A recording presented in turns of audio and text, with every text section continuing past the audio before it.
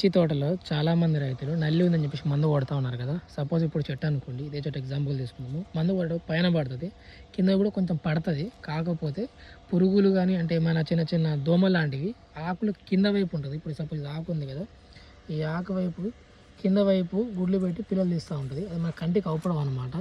అది ఎలా ఉంటుందని చూపిస్తా. నల్లి అనేది ప్రభావం ఉంది కదా, నల్లి అనేది దాని గురించి చూపిస్తాగండి. ఇదే తీసుకున్నట్లయితే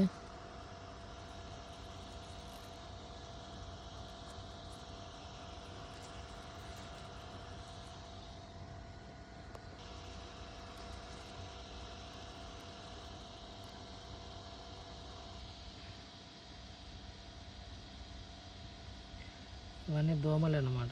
కంటికి అవపడవు మనకి డైరెక్ట్గా. ఈ నల్లగా ఉందో నల్లి, ఈ పసుపు కలర్లో లేత పసుపు కలర్లో కూడా వాటి పిల్లలు చూడండి. వీటి వల్ల మనుషులకు దురదలు కూడా వస్తూ ఉంటాయి. ఇవన్నీ మూత బొబ్బరానికి కారణం ఇవి. ఇవి కంటికి అవపడినంత ఉంటాయి. ఇంకా మైక్రోలో జూమ్ చేస్తే మాత్రం క్లియర్గా అవపడతాయి.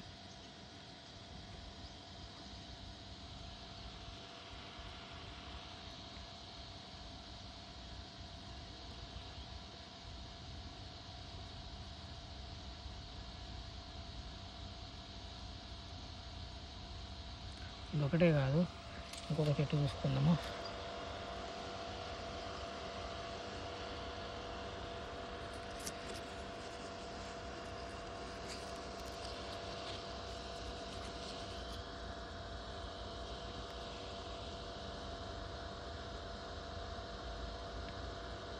ఇది ఆకు ముందు వైపు. ఇది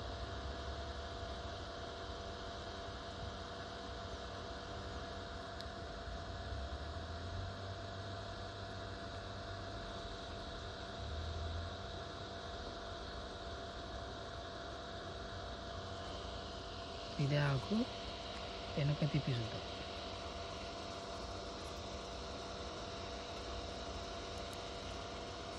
వెనక దోమ దెబ్బ కాకంత ఇలా అయిపోయింది కదా.